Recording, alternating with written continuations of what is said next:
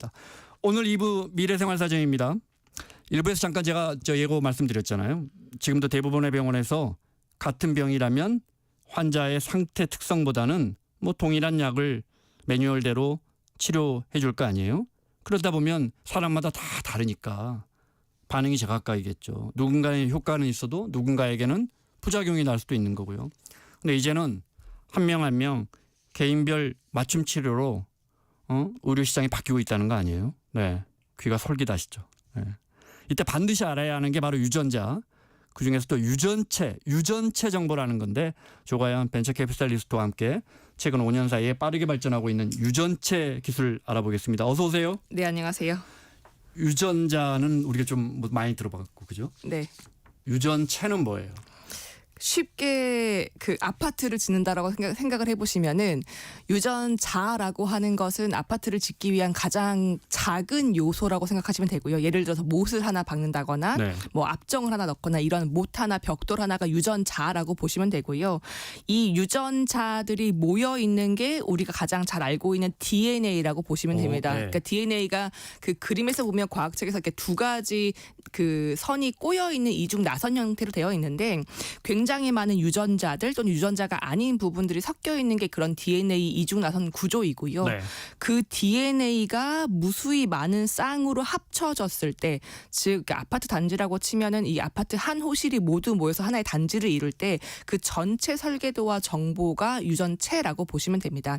그래서 유전자 하나를 들여다보는 것은 아파트 설계도에서 가장 작은 부분을 보는 것이라고 할 수 있고요. 네. DNA를 들여다보는 것은 그 아파트 뭐 101호라고 하면 그 101호 하나를 들여다보는 것이고 네. 유전체라고 한다면 이 아파트에 살고 있는 모든 거주 공간들을 다 포함해서 그러니까 한 사람의 모든 정보를 보는 유전 정보의 총합이다라고 이해하시면 될 것 같습니다. 이 환자 저 환자 누구나 이제 똑같은 약을 먹는 게 아니니까 그러면 이렇게 하면 이제 분명한 건 부작용은 좀 덜한 거예요.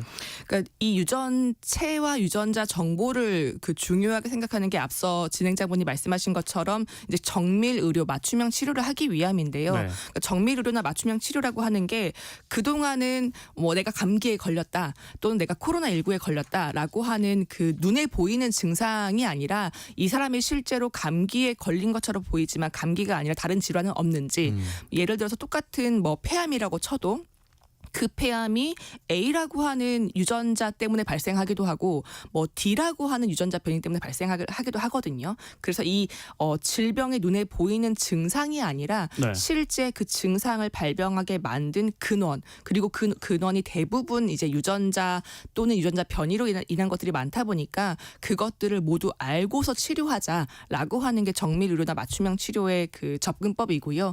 이게 가능하게 하려면 결국에는 하나의 유전자 하나의 DNA만 들여다보는 것이 아니라 이 A라고 하는 사람, 뭐 김원장 기자라고 하는 사람이 가지고 있는 그 유전체 모든 정보를 한번 보자. 네. 그리고 진짜 무엇이 문제인지 밝힌 다음에 치료하자라고 하는 것이 정밀 의료 맞춤형 치료이고 그렇기 때문에 유전체가 지금 중요한 기술로 주목받고 있습니다.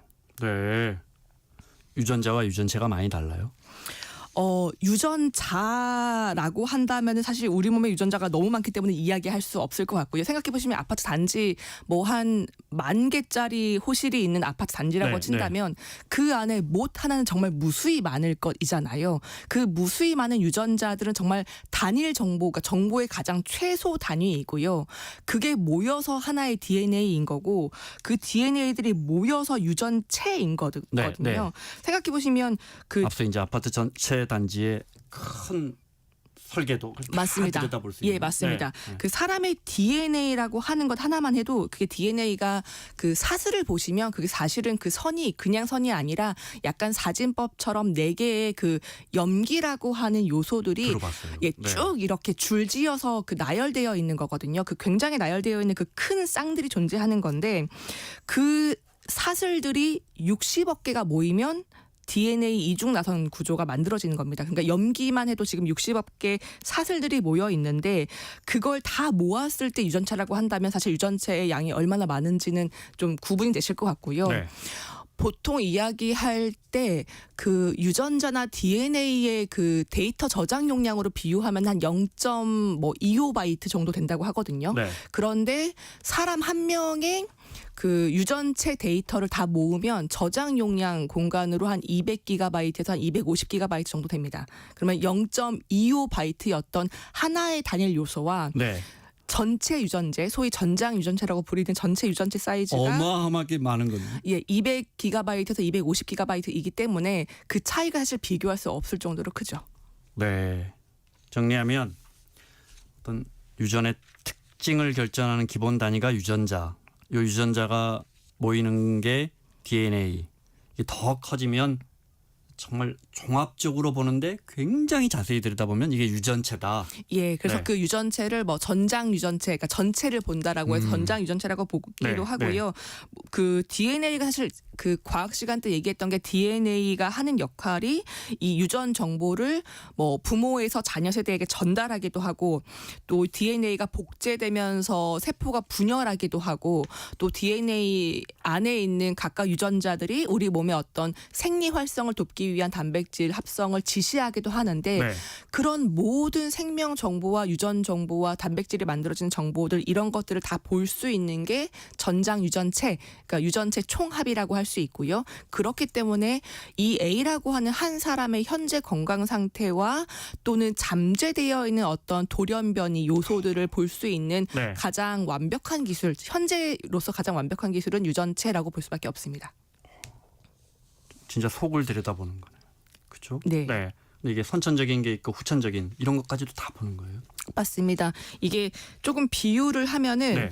그 우리가 밤하늘 쳐다보는 우주 망원경을 비유를 좀 하고 싶은데요. 저희가 맨눈으로 보면 정말 아무리 빛이 없는 뭐 강원도에서 본다고 해도 저희 눈에 들어오는 그 달과 별의 개수는 굉장히 한정적이고요.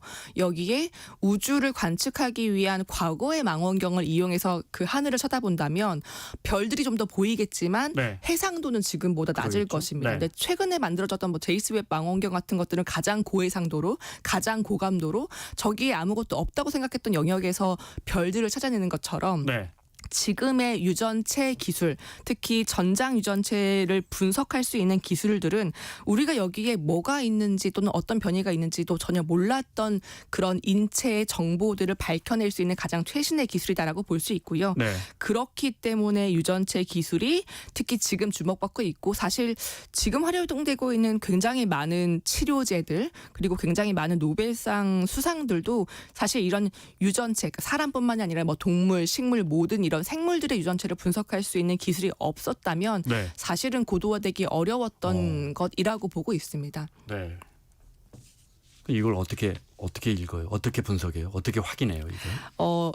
가장 그 대중적으로 하고 있는 방식은 이제 사람이라고 한다면 뭐 문제가 되는 또는 알고 싶어하는 그 세포 조직을 보통 이제 그 조직을 떼어낸다고 하죠. 조직을 떼어내기도 하고요.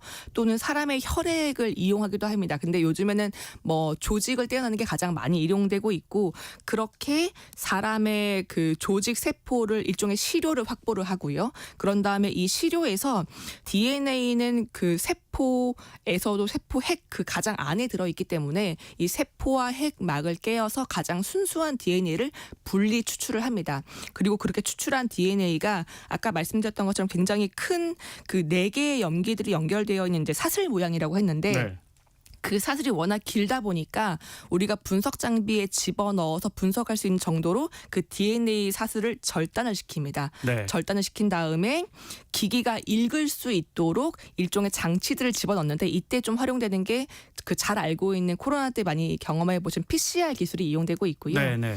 이 PCR이라고 하는 게 그 DNA의 특정 부분만 선택해서 약간 증폭시키는 기술이거든요. 그렇기 네, 때문에 네. 코로나 때도 이게 활용되었던 게 우리가 코로나에 감염되어 있는 부위가 있는지 그 부분을 검출하기 위해서 PCR 기술로 그 특정 부분만 이제 증폭시켜서 우리가 감염됐는지 안 했는지를 이제 검사를 하는 건데 네. 그런 방식의 PCR 기술이 이런 유전체 검사에도 활용이 됩니다. 그렇게 해서 우리가 그 유전자 조각 또는 DNA 조각을 굉장히 수백만, 수십만 배로 증폭시켜서 분석을 하고요. 그렇게 분석된 것들을 가지고서 다시 재조합을 해서 네. 이 사람은 유전체에 어떤 이상이 있는지 또는 어떤 정보들을 우리가 얻을 수 있는지 이런 일련의 과정들을 거치는 것이 지금의 그 전장 유전체 분석 기술이라고 할 수 있습니다. 앞서 설명하셨지만, 그러니까 맨눈으로 밤하늘 보면 달 보이고 별 몇 개 보이고, 네. 근데 우주 안에 있는 무수한 그 별과 행성, 인공위성을 하나씩 하지만 굉장히 깊이 들여다보는 이런 과정이라고 보면 되겠네요. 맞습니다. 네. 그래서 잘라냈던 그런 유전자 DNA 조각들을 다시 이제 그 합쳐가지고 다시 네. 짜 맞춰서 이 사람의 전체 유전체를 다시 재구성을 하는 거고요. 이제 그 안에서 뭐 생물학적으로 의미 있는 부분 또는 의료적으로 치료할 가능성이 보이는 이런 변이 정보들을 그 다시 네. 한번 발견을 하는 과정이 필요합니다. 그렇다 보니까 이게 그 설명드린 것처럼 뭔가 데이터를 분석하는 것도 필요하고 이 굉장히 방대한 사람 한 명만 해도 200기가바이트가 넘는 그러니까요. 이런 데이터 네. 정보를 처리할 수 있는 기술도 필요하고 또 그 분석된 유전체 그 정보에서 의료적인 그 노하우나 이 의료적인 치료 요법을 찾아낼 수 있는 의학적인 지식도 필요하고요. 굉장히 사실 고난이도의 여러 가지 요소 기술들이 합쳐졌을 때 가능한 기술이기도 하고 네. 그래서 이런 그 고도화된 그 DNA나 유전체 분석 기술을 소위 NGS라고 해서 그 차세대 염기 서열 기술이라고 부르기도 하고 있습니다. 네. 이게 이제 그 비싸고 좋은 만원경으로 유전체 분석이 됐다면 진작에 했을 건데 지금 말씀하신 것처럼 어떻게 읽고 이걸 어떻게 분석하고 해석하느냐 이게 관건이다. 네. 네. 이 기술이 더 오히려 중요하고 어려운 거다. 맞습니다. 이게 네. 뭐 모든 신기술들이 그러하겠지만 이게 기술 하나만 잘 된다고 할 수 있는 건 아닌 것 같고요. 네. 데이터 처리 인프라도 갖춰져야 되고 이런 큰 데이터들을 전송하기 위한 클라우드 같은 것들도 네. 굉장히 잘 갖춰져야 되고 또 보안도 잘 되어야 하고 이런 것들을 좀 빠르게 그 해독하기 위한 뭐 인공지능이 적용되기도 하고 또 네. 그만큼 중요한 의사들의 어떤 과학적인 역량도 필요하다 보니까 그만큼 굉장히 좋은 기술이지만 조금은 그 발전이 좀 더뎠던 것도 있고요. 또 분석하는데 워낙 좀 비용이 많이 들었기 때문에 네. 2020년대에 들어와서 이제 비로소 좀 우리가 대중적으로 이용해 볼 만한 그 기술 발달 시기가 되었다라고 보는 게 맞겠습니다. 아까 저기 이제 우리 코로나 때 했던 그 이제 우리가 코로나에 감염됐는지 안 했는지 그 PCR 검사 이야기하셨잖아요. 그럼 이것도 이제 그러면 그렇게 뭐 입안에 콧을 이렇게 깊이 넣어가지고 우리 이렇게 그때 우리가 이제 우리가 잘은 모르지만 이거 뭐 이렇게 해서 내 DNA를 가져가나 알아 확인하는 건가 이랬는데 이것도 이렇게 하는 거예요, 그럼? 네, 지금 아까 말씀드렸던 것처럼 혈액을 추출을 하거나 네. 또는 그 특정 우리가 그 몸에 가지고 있는 조직의 일부를 떼어내서 세포를 가져가는 방식으로 하고 있고요. 네, 훨씬 네. 복잡하구나. 예, 근데 네. 가장 많이 하는 거 생각해 보시면 병원에 가서 그 암 검사 같은 것들 혹시나 네. 여기 좀 문제가 되는 게 있는 것 같습니다. 검사해 보시죠라고 한다면 대부분 그 작은 조직을 떼어내잖아요. 네, 조직 검사할 때. 그런 방식이라고 생각하시면 되겠습니다. 네. 박봉남님이 유전체 안젤리나 졸리 배우님 생각납니다. 안젤리나 졸리가 정확히 이제 저 DNA인지 유전자인지 이제 유전체인지 모르지만 아마 그 암 수술 미리 그 분석한 다음에 혹시 이 암에 걸릴 가능성이 높다 해가지고 이제 절제했잖아요. 맞습니다. 동일합니다. 그러니까 말씀드렸던 것처럼 이제 유방암 네. 때문에 그 절제를 미리 그런 분들이 좀 했는데 있어요. 네. 예, 있는데 사실 그건 이제 질병이 발병하기 전에 본인이 생각했을 때 본인이 유전적인 그런 변이 가능성이 높다라고 생각해서 선제적으로 좀 그런 것들을 한 거고요. 네. 물론 유전체 검사를 제대로 받는다면 물론 그런 그 위험 가능성을 사전에 인지할 수 있고 이제 그렇기 때문에 그런 기술들이 조기 진단에 네, 네. 쓰이기도 합니다. 자, 이제 진짜 관심은 이렇게 해서 이제 정보를 싹 가져가면 방대한 정보를 분석하면 이게 이제 나에게 맞는 항암제라든지 어떤 치료제를 만들 수 있다는 거 아니에요? 이게 치료제를 만든다라고 보기보다는 그러니까 예를 들어서 지금 뭐 대장암이라고 쳤을 때 대장암 중에서 이 사람이 어떤 유전체 부분의 변이 때문에 대장암이 발병했구나라는 그 네. 인과관계를 찾아내기 위한 정보의 총합이고요. 네. 물론 이런 정보가 굉장히 많이 쌓인다면 유전체 중에서 이런 그 문제가 있는 사람들이 이상하게 대장암이 많이 발병하네라고 하는 그 역으로 치료제를 만들기 위한 그 아이디어를 얻을 수도 있습니다. 그래서 치료를 하기 위한 의사 결정을 할 때에도 또는 우리가 새로운 어떤 표적에 대한 치료제를 개발할 때에도 이 유전체 분석 정보가 굉장히 필요하고요. 그리고 요즘 뭐 광고 같은 데에서 왜 표적 항암제라는 얘기 많이 들어보셨을 텐데 그 표적 항암제라고 하는 게 그냥 폐암, 그냥 위암이 아니라 폐암 중에서도 어떤 변이를 가지고 있는 환자들에 대한 표적 치료제 이렇게 나오는 거다 보니까 그 표적 치료제를 잘 쓰기 위해서도 이런 유전체 검사를 받으시는 것이 가장 정확하다라고 가이드는 하고 있습니다. 네. 우리가 주요 5개 암, 4개 암 이 중에 이제 5년 이상 생존율, 뭐 2년 이상 생존율 이야기할 때 폐암이 제일 힘들었는데 지금 말씀하신 표적 치료제 가지고 폐암도 거의 이제 정복 단계까지 가는 거 아니에요? 많이 그래도 치료제가 계속 나오고 있고요. 그러니까요. 그리고 이 치료제가 나오기 위해서 필요한 게 또 환자들의 유전체 데이터입니다. 환자들의 유전체를 검사해보지 않고서는 똑같은 그냥 폐암이라고 진단하기 쉬운데요. 실제로 유전체 검사를 해보고 이 사람은 이런 특성이 있고 이런 특성의 환자들은 기존의 치료제와 다른 치료를 써야 되네. 그렇기 위해서는 그럼 이 표적에 맞는 다른 약을 개발해야겠다라는 이런 의사결정의 일련의 과정들도 사실은 이제 유전체 분석 기술에서 기반하고 있다라고 보고 있습니다. 네. 듣기만 해도 좋은 기술 같은데 근데 그동안은 왜 안 쓴 거예요? 이건 뭐 예를 들어 상용화되는데 법적인 제재가 있다든지 뭐 규제가 있다든지 뭐 아니면 투자 뭐 기술 개발하는데 어마어마하게 천문학적 돈이 든다든지 뭐가 문제예요? DNA라고 하는 게 최초 과학적으로 발견된 게 1869년이라고 하고요. 그 발견했던 DNA를 실제로 분석하는 걸 성공한 게 1977년도입니다. 근데 실제로 유전체라고 하는 것을 분석하는데 성공한 게 2008년이거든요. 생각해 보시면 과학의 역사에서 2008년도에 처음으로 인간 한 명의 유전체를 분석하는데 성공을 했다. 그러니까 200GB 정도짜리 그 정보를 분석 성공한 게 2008년도니까 굉장히 최근의 일이긴 합니다. 근데 그럼에도 불구하고 이게 대중적으로 성공하지 확장되지 못했던 이유는 분석 비용이 너무 비쌌습니다. 지금 왜 생성형 AI 같은 경우도 그동안 그 생성형 AI가 대중적으로 이용되지 못했던 게 워낙 데이터 인프라나 이런 AI 반도체 칩들이 워낙 고가였고 이런 모델들을 돌리는데 굉장히 많은 비용이 투여됐기 때문인데 사실은 유전체 분석 기술 같은 경우도 우리가 그 분석하는 장비, 그 장비를 이용해서 분석하는데 굉장히 고가였거든요. 그 원래 2008년도에 처음으로 개인의 어떤 한 개인의 그 유전체 분석을 성공했을 때 그 당시의 비용이 20년 동안 약 30억 달러, 그러니까 우리 돈으로 한 4조 원 정도 가까이를 투입해서 그게 성공을 했던 거고요.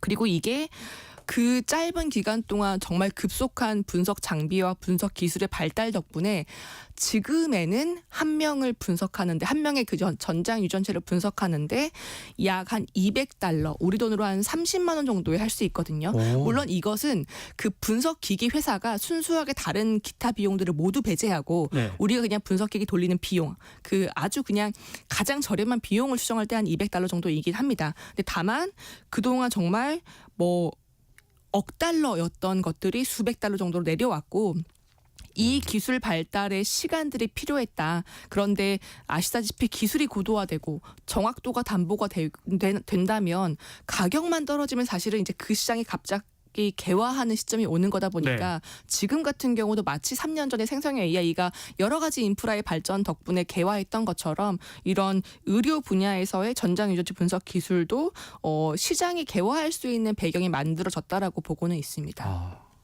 기술 개발이라는 게 사실은 이렇게 쭉 일직선으로 올라가는 게 아니고 정체돼 있다가 계단형으로 이렇게 쫙 지금 생성형 AI 말씀하셨지만 그죠? 거대 언어 모델 같은 것도 이렇게 올라가잖아요. 이것도 역시나 기술이 쌓이면서 어느 순간 이렇게 개화했다고 표현하셨는데, 그리고 이제 잘은 모르지만 이런 것들이 이제 어느 순간 200달러, 20만 뭐 330만 원에 한다 그러면 이제 대중들이 쫙 이걸 사용하면서 그 데이터가 쌓일 거 아니에요.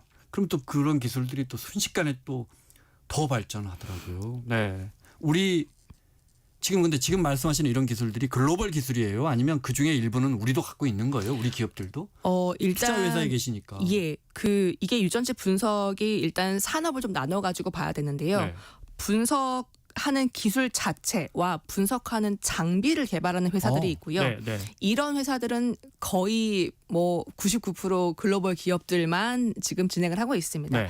그리고 반대로 이렇게 분석된 그 장비를 가지고서 일종의 데이터를 확보하고 그 데이터에서 일종의 정밀 의료를 위한 서비스를 하는 기업들은 한국에도 굉장히 우수한 기업이 그 창업을 해서 운영을 하고 있고요. 먼저 앞에 장비 산업을 본다면 가장 그 유명한 건 아마도 많이 들어보셨을 수 있는데 일루미나라고 하는 미국의 기업입니다. 네. 그 나스닥 상장사이고 네. 일루미나가 현재 이런 분석 장비, 유전체 그 우리가 시퀀싱이라고 부르는데 이런 분석 장비 시장의 80% 이상을 점유해 있는 그 기업이고요. 나스닥에 상장되어 있고 최근에 시가총액이 한 142억 달러 정도 돌파를 해 있습니다. 20조. 네. 맞습니다. 이 일루미나가 2022년도에 출시한 그 본인들의 장비로 우리가 인간의 전장 유전체를 하루 동안 수십 개를 분석할 수 있고 그리고 한 명의 전장 유전체 분석 비용은 우리가 200달러까지 하락시키겠다. 우리가 그 분석한 단가로는 하락시키겠다라고 얘기를 했고요. 일루미나 이외에도 최근에도 주목받는 이런 유전체 분석 기기 장비를 개발하는 그 스타트업 중에 얼티마 지노믹스라고 하는 곳이 있는데 여기는 인간 유전체를 분석하는데 200달러는 비싸다. 우리는 80달러에서 100달러까지 더 하락시키겠다라고 발표를 했고 여기가 실제로 그래서 그 발표를 하는 시기와 비슷하게 한 6억 달러 정도 우리 돈으로 한 8천억 원 정도의 투자 유치를 한 바가 있습니다. 여기도 네. 그 창업자는 사실은 그 반도체 장비를 개발하던 창업자인데 유전체 쪽으로 진입을 하면서 네. 마치 반도체가 무어의 법칙처럼 하락을 만들어내고 시장을 개화시킨 것처럼 내가 가진 어떤 그 노하우로 생명과학 이런 그 유전체 분석 분야에도 좀 더 기술적인 가격 절감을 시키겠다라고 좀 발표한 바가 있습니다. 이런 어떤 고도의 기술을 풀어낼 전문가 시장은 어때요? 우리나라가 좀 따라가고 있어요?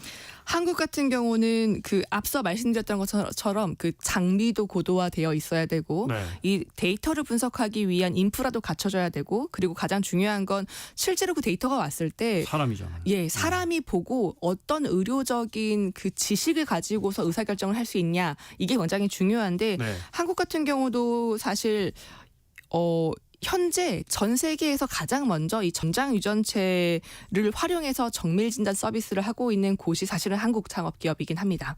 어느 병원에서요? 병원에서 해야 할 거 아니에요? 민간 창업 기업이고요. 이노크라스라고 하는 한국 기술진이 창업한 회사인데 여기가 현재까지 전 세계에서는 가장 먼저 가면 돈 내면 해줍니까? 예, 맞습니다. 전장 유전체를 가지고서 정밀 암 진단 또는 이제 유전체다 보니까 사실은 유전체를 보면 좋은 게 유전 질환을 그 볼 수 있기 때문에 희귀 그 유전 질환 이런 것들을 검사할 수 있는 뭐 캔서 비전, 레어 비전이라고 하는 이런 서비스들을 지금 출시해서 운영을 하고 있고요.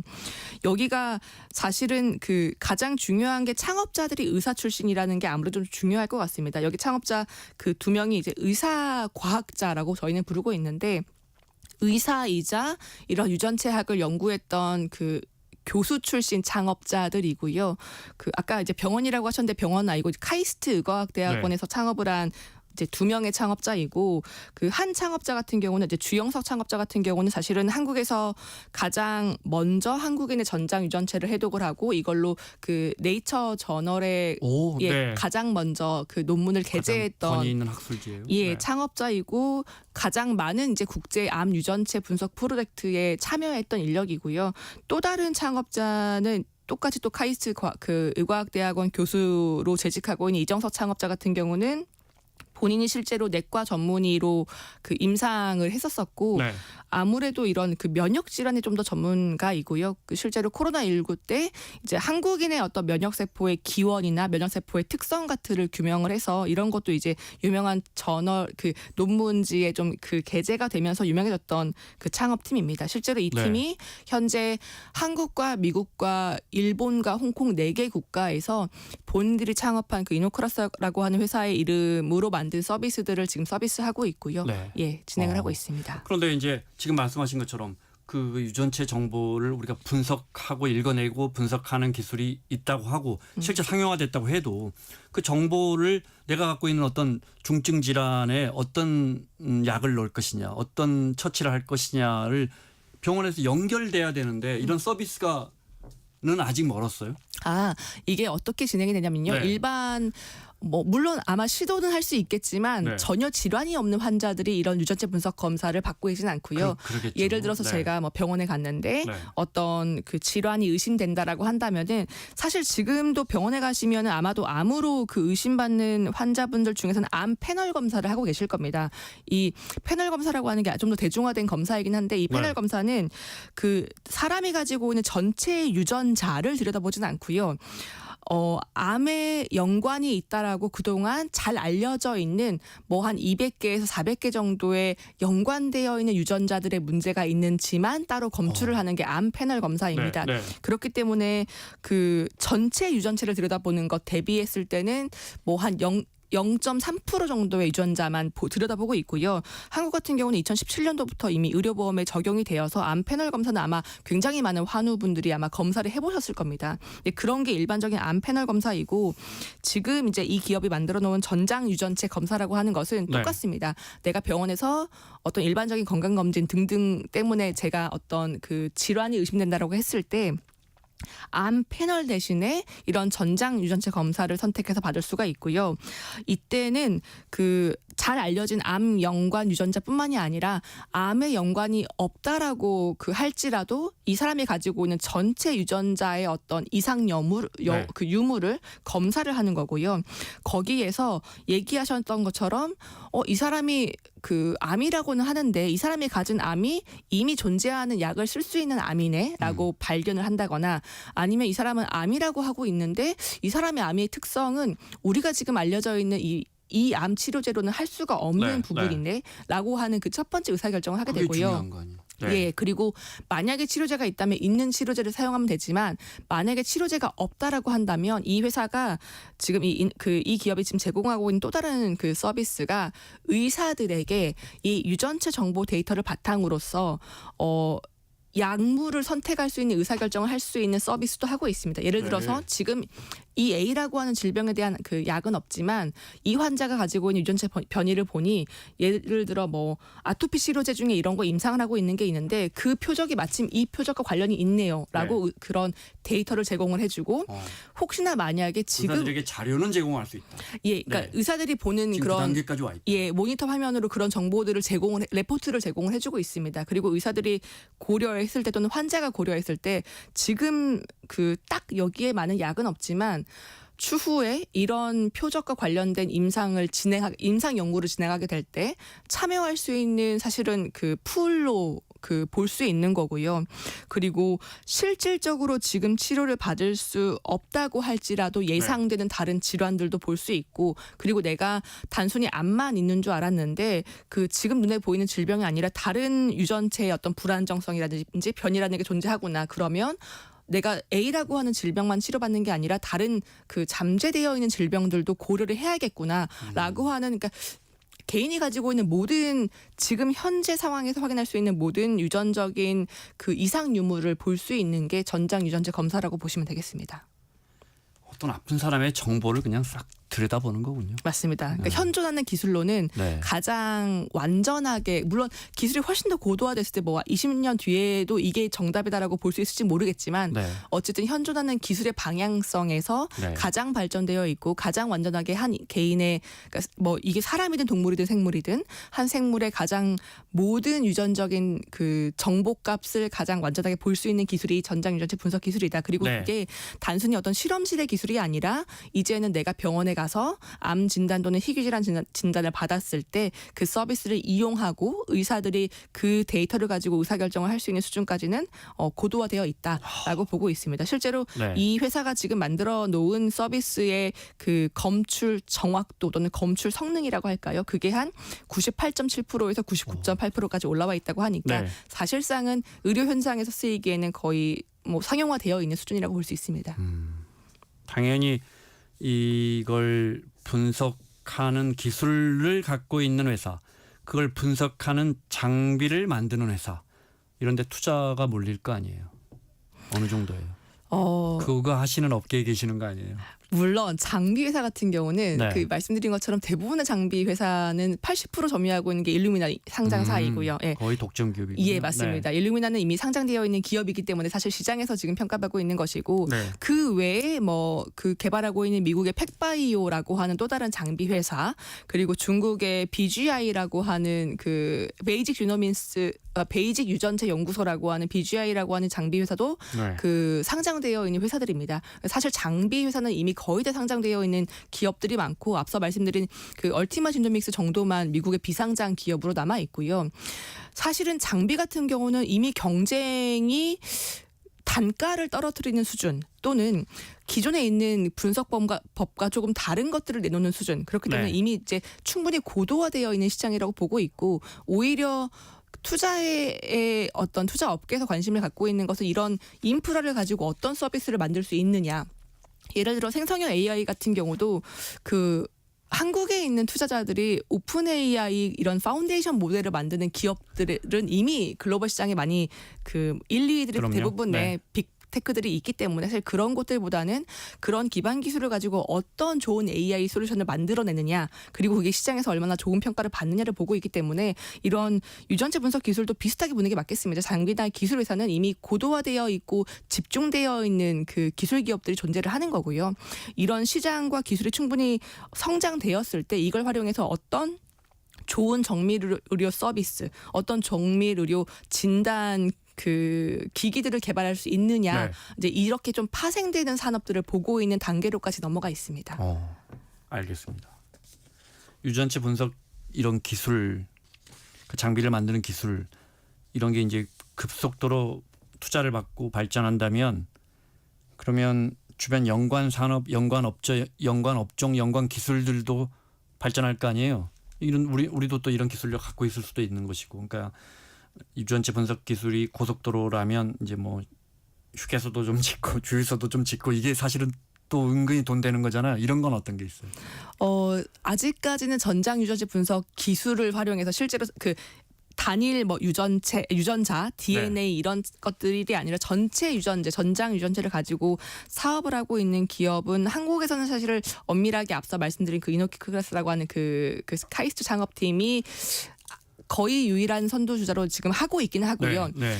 물론 국내의 많은 상장사들 중에서 진단 기업들도 이런 그 전장 유전체 분석 기술의 중요성을 인지하면서 본인들도 네. 도입을 하고 출시를 하기 시작하고 있습니다. 다만 이게 실제로 시장에서 충분히 쓰이기까지는 조금 더 시간이 걸릴 거라고 보고 있고요. 네. 가장 많이 또 등장하고 있는 게 미국과 중국이긴 하거든요. 중국 같은 경우도 사실은 그런 국제 유전체 분석 프로젝트에 많이 참여해 왔고 중국의 생명공학 기술이 워낙 뛰어나지고 있다 맞아요. 보니까 네, 네. 중국에서 이런 유전체 기술, 유전체 분석 회사들도 상당히 많이 그 역량이 높아져 있는 상황입니다. 그래서 요즘에 보고 있는 것은 사실 유전체라고 하는 게 어떻게 보면 그 개인의 굉장히 엄밀하게 가장 중요한 데이터이다 보니까 이런 데이터들을 잘 분석하고 그리고 의료 현장에 잘 활용할 수 있는 좋은 기술 기업들을 이제 국가별로 좀 육성하고 싶어하는 욕심도 있는 것 같고요. 네. 사실 이게 산업적으로만 중요한 게 아니라 국가적으로도 중요한 게 우리가 왜 그 의료 보험이라든지 이런 그 관련된 그 재정에 대한 굉장히 민감성이 있는데 생각해 보면 사람마다 유전체나 이런 유전 특성에 맞게 굉장히 맞춤형 치료가 가능해진다면 중장기적으로는 사실 불필요한 치료 과정을 많이 줄일 수 있는 거거든요. 네. 부작용을 줄일 수도 있고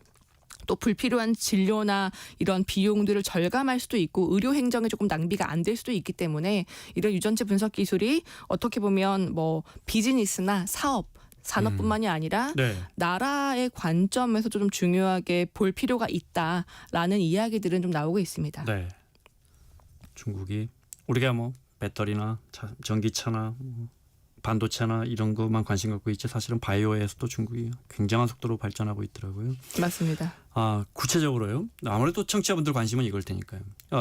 자, 그래서 제가 병원 가면 예를 들어 암 패널 검사를 받아요. 네. 네. 지금 말한 것처럼 이런 어떤 유전체 분석 이게 가서 저 지금 이제 얼마 내고 유전체 분석 받겠어요. 이런 날까지는 얼마나 걸리는 거예요? 기술적으로나 뭐 이게 또 제도 개선도 있어야 할 거고. 한국에서는 이미 시행이 되고 있습니다. 그래요?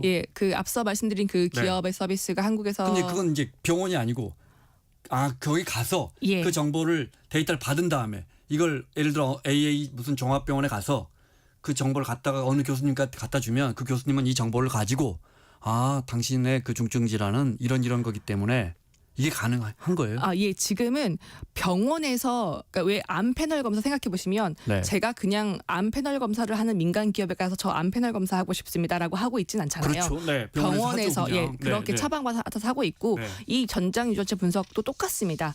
전장 유전체 암 패널 검사도 그 환자들이 병원에서 그 조직 그 채취는 하지만 실제로 네. 그 시료가 가져가서 분석되는 것은 민간 기업들이거든요. 분석을 하고 있는 민간 기업들이 분석을 해서 다시 그 결과를 병원에게 제공해주고 병원의 담당 의사가 환자에게 진료를 하는 조직 검사도 거거든요. 다 그렇게 하죠. 예, 종합병원들도 다 의뢰해서. 네. 그것과 똑같습니다. 이 전장 유전체 검사도 민간 기업에 가서 검사를 받는 게 아니라요. 병원에 가서 우리가 일반적으로 네. 뭐 그 조직 검사 받고 유전자 패널 검사 받듯이 그렇게 네. 하고 있는 거고요. 그게 뭐 한국과 미국과 홍콩에서 지금 이 기업이 그런 서비스를 병원과 함께 운영을 하고 있는 거고요. 그렇기 때문에 환자들이 병원에 가서 패널 검사 받는 것과 동일하게 이루어지고 있고 사실 뭐 일련의 그런 과정들은 똑같이 체험을 할 수 있습니다. 네. 미국에서는 비용이 $200까지도 떨어질 수 있다고 하셨는데 미국에서는 그 이게 어떻게 얘기를 듣는 게 맞을까 싶냐면 생각해 네. 보시면 왜 그 오픈 AI가 생성형 AI를 돌리는 단가는 굉장히 저렴할 거잖아요. 하나의 질문을 그러니까 뭐 A라고 하는 사람이 한 달 동안 그렇죠. 하는 질문을 처리하는 그 데이터 비용은 굉장히 저렴할 겁니다. 시스템을 만드는 건 어마어마하게 돈이죠. 예, 그렇기 때문에 우리가 한 달에 3만 원, 4만 원을 내고서 그걸 구독해서 쓰는 네. 거고요. 실제 비용보다 훨씬 비싸게. 예, 일루미나가 네. 그 한 사람의 전장 유전체 샘플을 받아서 분석하는 비용은 $200가 맞겠지만 실제로 이걸 서비스되는 기업은 굉장히 그 하는 기업들의 단가는 다를 거고요. 네. 그래서 일반적인 암 패널 검사가 지금 한국에서 병원에서 가시면 한 180만 원 정도 하고요.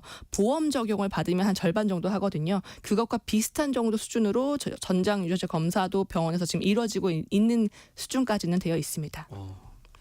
마지막 질문이 될 것 같은데 유전체 전체를 봤어요. 이 사람의 어떤 DNA 구조 쫙 나왔어요. 정말 그림처럼 딱 나왔어요. 그 정보를 우리가 갖고 있어요. 분석도 할 수 있어요.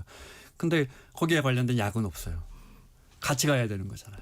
앞서 말씀드렸던 것처럼 그 약은 없지만 네. 예를 들어 제가 A라고 하는 변이를 가지고 있고 제가 폐암에 걸렸는데 이 A라고 하는 변이를 위한 폐암 표적 치료제는 없다면 아마도 다른 질환들을 그 완화시킬 수 있는 약을 먼저 쓸 거고요. 네. 그러면서 동시에 이 A라고 하는 표적을 가지고 폐암은 아닌데 전 세계 어딘가에서 임상을 하고 있는 다른 약이 있다면 추후에 그런 정보들을 활용해서 그런 임상 시험을 할 때 네. 뭐 대상자를 고려해 볼 수도 있는 거고요.